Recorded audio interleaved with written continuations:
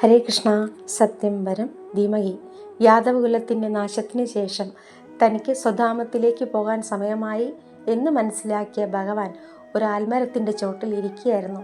ഭഗവാന്റെ ആ തൃപ്പാദങ്ങളെ കണ്ടിട്ട് ജര എന്നൊരു വേടൻ ഒരു മാനാണെന്ന് തെറ്റിദ്ധരിച്ച് ഭഗവാന്റെ ആ തൃപ്പാദത്തിലേക്ക് അമ്പെയ്യുകയാണ്.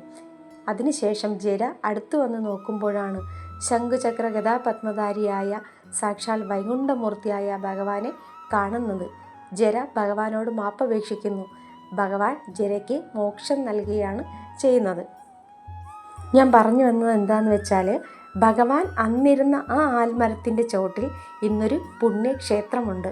ഗുജറാത്തിലെ സോമനാഥ ക്ഷേത്രത്തിനടുത്ത് ഏകദേശം 4-5 കിലോമീറ്റർ അപ്പുറത്തായി വെരാവൽ എന്ന സ്ഥലത്ത് ഭാൽക്ക തീർത്ത് എന്നൊരു പുണ്യക്ഷേത്രം.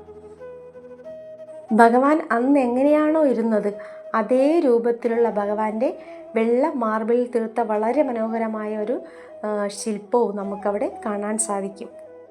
തൊട്ടടുത്ത് തന്നെ ജരയുടെ ഒരു പ്രതിമയും നമുക്ക് കാണാം.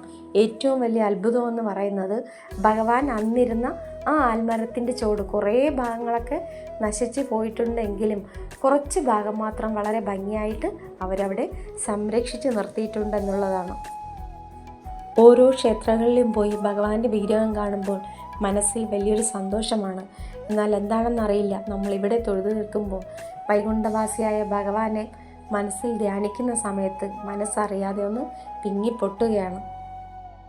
ഈ പ്രപഞ്ചം മുഴുവൻ നിറഞ്ഞു നിൽക്കുന്ന പരബ്രഹ്മ സ്വരൂപനായ ഭഗവാൻ എങ്ങോട്ടും പോയിട്ടില്ല എന്ന് മനസ്സിലറിയാമെങ്കിലും ആ വൃക്ഷത്തിൻ്റെ ചൂട് കാണുമ്പോൾ അറിയാതെ കണ്ണ് നിറഞ്ഞു പോകുന്നു.